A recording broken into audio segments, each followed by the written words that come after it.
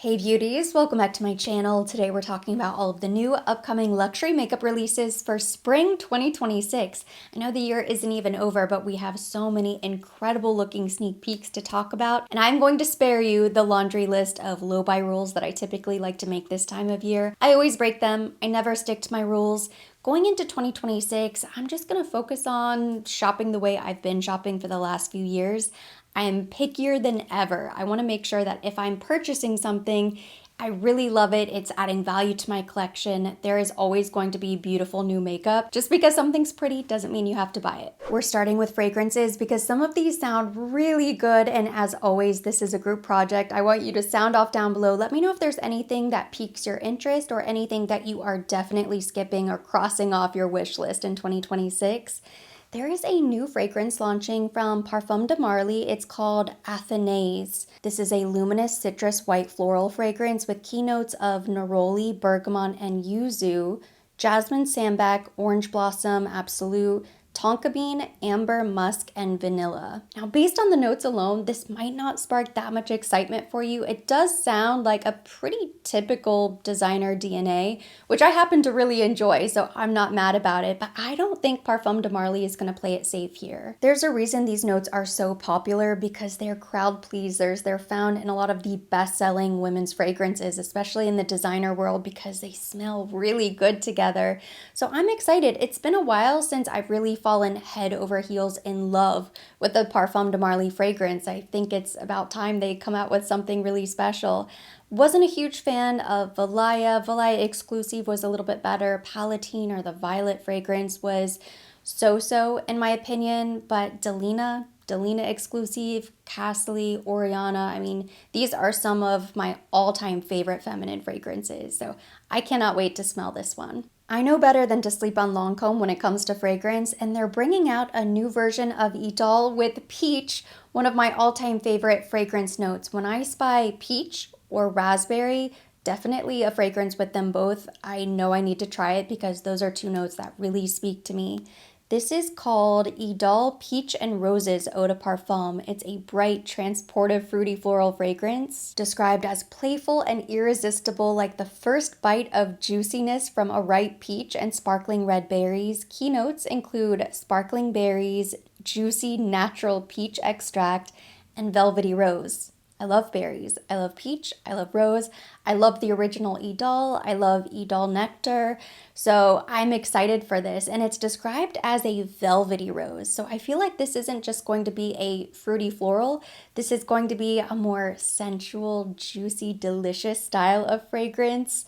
I can't wait for this. Here's another new floral fragrance from Maison Margiela Replica. It's called Up at Dawn, described as a floral woody fragrance inspired by the scent of a rose garden blooming at dawn. Keynotes include pink pepper, soil accord, elemi oil, rose heart absolute, floral woody powdery notes, orris, Guatemalan ambrette absolute, musk, patchouli, mossy woodiness, cashmerean, and moss. Replica fragrances are so hit or miss for me. Some of them are outstanding. They're all very interesting, but I have to know, what are we doing with the soil accord in the top? What is this soil note? That definitely piques my interest, not necessarily in the best way.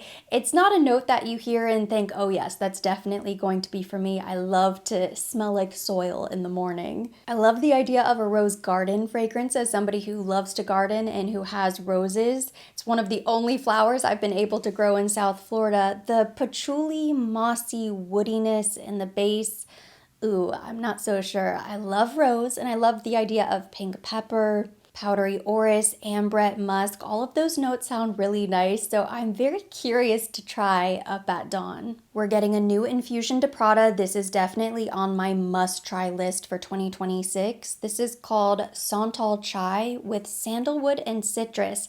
I've heard a lot of things about this fragrance. I know it's coming soon. It's described as a woody and milky unisex fragrance combining creamy sandalwood with the spicy essence of a chai latte accord. I love a chai latte. That is one of my go-to drink orders if I'm ordering, coffee out. I know it's tea, not coffee, but if I'm at a coffee shop, I love a chai latte. This is supposed to leave a warm, long-lasting, cozy second skin trail described as warm and spicy. Keynotes include chai latte accord, sandalwood, and citrus. I love sandalwood. I love chai. I love anything spicy. And I've recently discovered that I don't have an aversion to milk. So I like the idea that it has a little bit of a milky, maybe lactonic quality. I'm trying not to get too excited about this one because I don't want to let myself down, but I feel like this could be really incredible because I can't really think of a chai latte style fragrance. I mean, it makes sense. Gourmand fragrances are definitely having a moment. We have a lot of tea fragrances, a lot of, spicy kind of cinnamon style fragrances, but nothing like this. Milky notes have definitely had a moment in 2025. So this could be absolutely outstanding. And now that they've sort of planted the seed that this is even remotely possible, I feel like if this particular fragrance doesn't check that box for me, it's just going to leave me craving a chai latte fragrance. Somebody out there, somebody else is going to have to create this if it's not perfect. I do really like the Prada Infusion fragrance line, so I cannot wait for this. And finally, we have a new fragrance coming from Le Labo, Violette 30. This is a graceful floral composition with spice and resinous warmth. Described as a gentle floral with a mysterious warmth, keynotes include violet, rose, aldehydes, incense, cumin, saffron, patchouli, cedarwood, and amber. So many really interesting things here. I'm not really overly excited about aldehydes, although I do think it's kind of a tricky, kind of interesting note that tends to set fragrances apart. I love the idea of violet, rose, incense, cumin, saffron, cedarwood, and amber. Basically everything else that is described here sounds really, really good, sounds really interesting. It's supposed to be elegant yet understated, tender and bold at the same time, a little yin and yang going on. I love a lot of the Le Labo fragrances. Again, I think it's been a while since they've come out with something new that truly blew me away, but I have some in my collection and I do feel like they do an incredible job. This in particular sounds really, really good. Moving on to makeup now, I know I briefly mentioned the Guerlain Spring collection in a different video, but we have to talk about it again, and I have seen other photos besides these images now that made me kind of change my mind about the eyeshadow palette in particular. We are getting more blue eyeshadow in spring 2026. I can't believe it. But overall, I still love the look of this collection. It definitely gives me millennial core Y2K vibes with the denim and the floral print embossed on there. I think these colors are so much fun. They're very fresh and floral, perfect for spring. I have to get my hands on these meteorites. I'm a collector of the meteorites.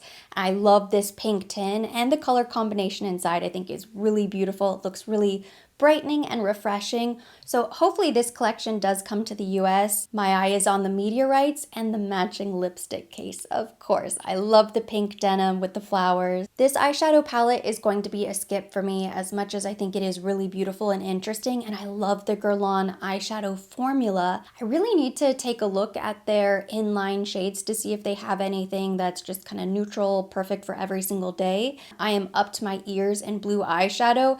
I don't even know what to do with it all, so I have to skip because of that one shade. But also in other photos that I've seen, it looks like these colors are actually maybe a bit more muted. If they were lighter and brighter, I would maybe be a little bit more interested, but the fact that they are a little bit deeper, not as bright, not as vibrant, I can definitely skip this. I wouldn't use the pink, I wouldn't use the blue. The sort of sandy gold and the brown shade look nice, but I definitely can't justify purchasing an eyeshadow quad for 2 shades. We have sneak peeks from a Chanel spring makeup collection rolling in. I hope this collection is coming to the US. I don't have a ton of solid information here. Hopefully it's not an Asia exclusive, but it looks very bright pink. Overall, this color story looks very spring appropriate, very Valentine's Day appropriate, but as a pink lover myself, I have to admit there's not really a piece that is a must-have standout for me. Not right now based on these images. I do like the look of the oversized face palette. There are beautiful blush and highlighter shades inside. The swatches look nice. I'm not a huge fan of this formula. I think in theory, the idea of these oversized face and eye palettes was really great. But in practice, I don't know if there's one that I've purchased that I truly love and use beyond the review.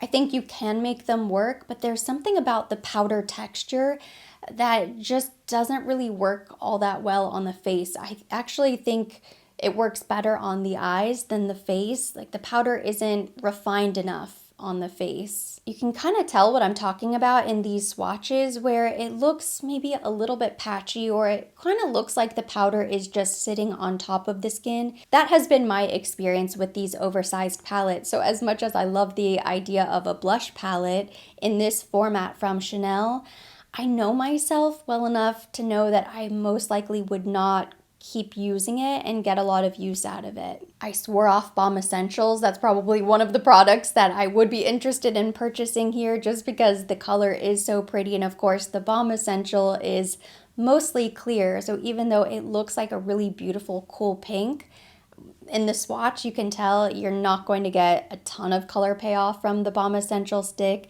But it is a nice product to have, so this is maybe a little bit tempting. The nail polish is the one product from all of these pieces that truly stands out to me the most. That I definitely need to have. That Barbie pink nail polish looks so much fun.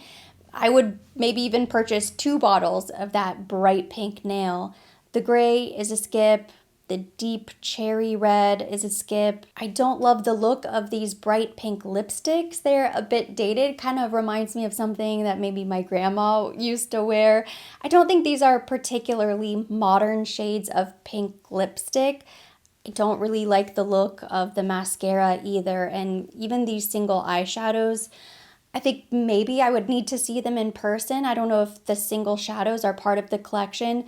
The shadows, the nail polish, and potentially the Balm Essential stick is really the only thing that strikes me about this collection. I think overall it looks very pretty, but maybe not the most wearable or exciting. It's no surprise that Dior Beauty is still coming for everyone's wallet in 2026. Out of all of the spring collections, I think this one is visually the most interesting, and they definitely have the most product offerings to choose from, the most variety here. There are 2 eyeshadow palettes that look like they have a beautiful Dior oblique design embossed. Or maybe not embossed, it could just be a gold overspray, but really beautiful logo design on the powders. I don't know if either of these color stories are really standing out to me or speaking to me in a way that I have to have them, but I still think visually they are very interesting. I love the look of the mint green. I think that is such a fun pop of color, especially for spring. There are 2 new shades of the Backstage Rosy Glow Blush Stick. These both look so vibrant and fun. The pink is calling my name. I have way too much blush, so I'm gonna do my best to not purchase this, but of the 2 shades, I think the pink looks really beautiful. There's a Dior Forever Glow Maximizer that looks like it has a really pretty, maybe bluish green iridescent finish. That's gorgeous. At the top of my wish list from Dior Spring is this pink sparkly nail polish. I mean, of course, I've been living in my Dior nail polish. This is, I think, my 2nd bottle of shade Rubin, the perfect everyday pink.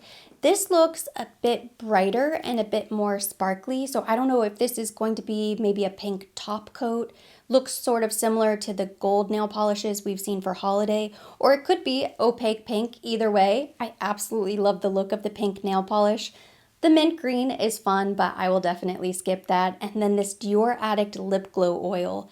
This looks so beautiful, and funny enough, I have so much Dior Beauty, I don't have any of their lip oils. They went viral for the last few years. I know it's one of their most popular products. People love the lip oil.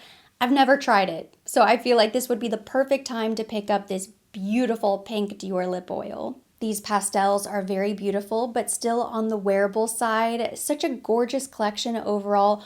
Only a handful of pieces I'm definitely going to purchase, but this is another one I cannot wait to see everything in person. If nothing else, this gets me really excited to see what else Dior has in store for us in 2026, because if next year is anything like this year, they are just going to crank out the hits one after another. Besides the larger spring collections, there are a few one-off pieces that I'm really excited about next year, including the new Charlotte Tilbury Airbrush Flawless Blur Concealer.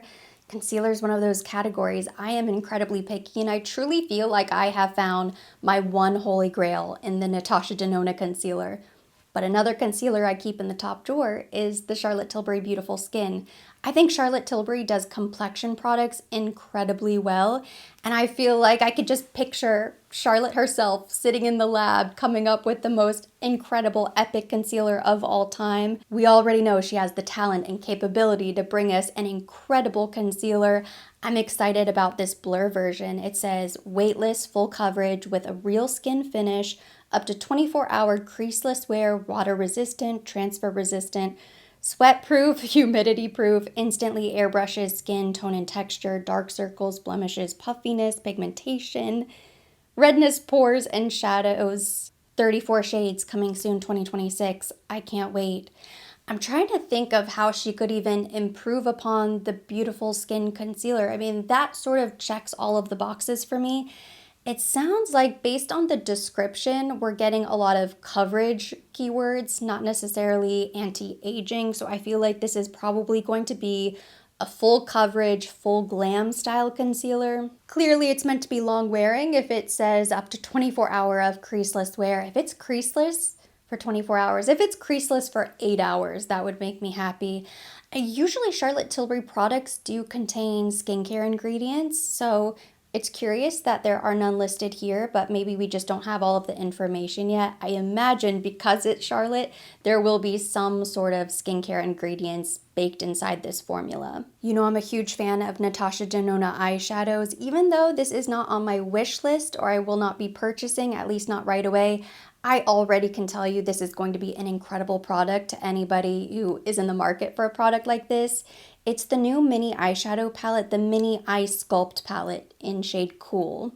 5 shades, they're neutral, cool undertone. This is perfect for everyday wear. As soon as I saw this new blush from Makeup by Mario, it reminded me of the Chanel Lip Cheek Pot. This is the new Jelly Jar Lip and Cheek Multi-Use Balm from Makeup by Mario.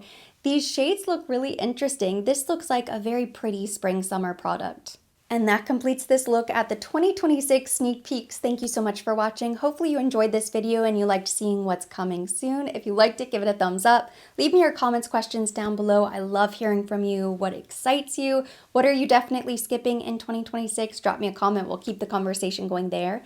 As always, I will be linking everything mentioned. Everything on my face will be tagged directly to the video and listed down below in the description box for your convenience. And for more videos like this, don't forget to subscribe and hit the notification bell.